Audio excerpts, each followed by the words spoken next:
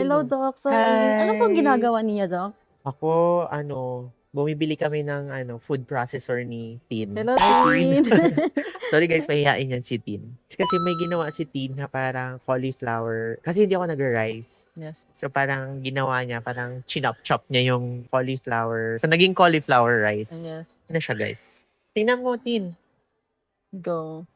So yun, yung cauliflower guys, okay yan sa may mga acne. Kasi number one, rich siya in vitamin C. Alam mo ba yun? And Hindi. polyphenols.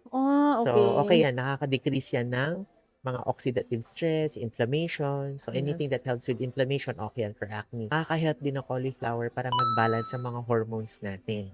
So yung tawag Wow. dyan is the puriferous effect ng cauliflower. So, nakaka-help siya ng balance ng hormones. And ang maganda sa cauliflower, low ang kanyang glycemic index, hindi katulad ng rice. Rice kasi paborito yan ni Johnny Soul.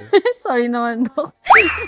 Sorry, So, hindi guys. katulad ng rice, no? So, hindi siya nakaka-spike ng sugar, hindi siya nakaka-spike ng insulin. Okay Okay. yan para sa inflammation. And also, mataas sa fiber ang ating cauliflower. So, nakaka-help yan sa ating mga gut bacteria. Love yan ng gut bacteria natin. So, pag okay yung gut health natin, yung microbiome ng gut natin, less inflammation, okay na naman for acne. And also, mataas siya sa mga sulfur compounds na natural. So, this also helps the detoxification process or system ng ating katawan. Pero like I tell you guys, pag acne, hindi tayo magde-depend lang sa mga diet. Kailangan Yeah. pa rin po ng mga skincare. Wow. Kaya you need to use True. your acne cleanser, your acne toner, and also your liposomal retinol. So yun Wow, guys. super powerful pala ng cauliflower, Doc. So yun guys. Ayan guys, yung food processor na napili ni Christy.